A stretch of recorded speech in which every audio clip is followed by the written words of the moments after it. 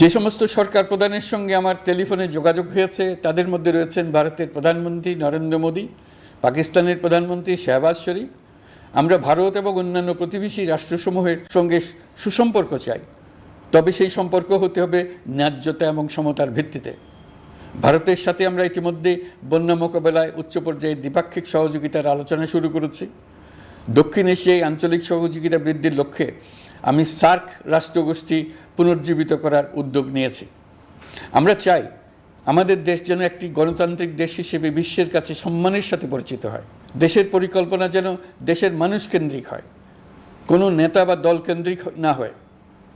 আমরা স্বৈরাচারী হাসিনা সরকারের অহেতুক কোটি কোটি টাকা ব্যয়ের প্রকল্প বাস্তবায়িত হতে দেখেছি, যেগুলো কখনোই দেশের মানুষের জন্য ছিল না, বরং এর সাথে জড়িত ছিল কুৎসিত আমিত্ব এবং বিশাল আকারের চুরি।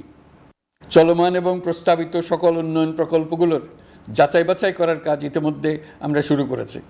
প্রকল্প বাস্তবায়নের পর্যায় বিবেচনা করে বাকি কাজে ব্যয়ের সাশ্রয় এমনকি প্রয়োজন মতে তা বাতিল করার কথা বিবেচনা করা হবে। দেশের মানুষকে আর ফাঁকি দেওয়া চলবে না।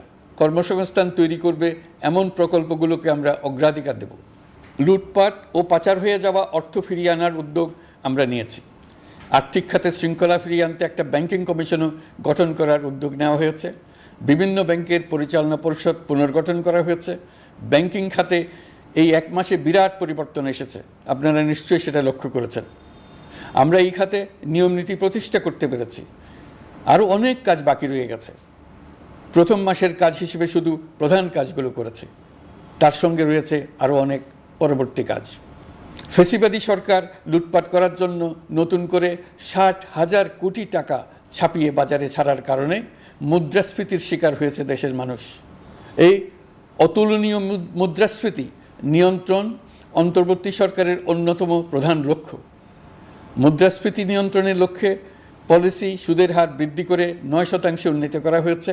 মূল্যস্ফীতি থেকে সাধারণ মানুষকে সুরক্ষা দেওয়ার উদ্দেশ্যে ওএমএস খাদ্যবান্ধব কর্মসূচি সহ সুলভ মূল্যে প্রান্তিক মানুষের কাছে নিত্য প্রয়োজনীয় দ্রব্য সরবরাহ চলমান রাখা হয়েছে।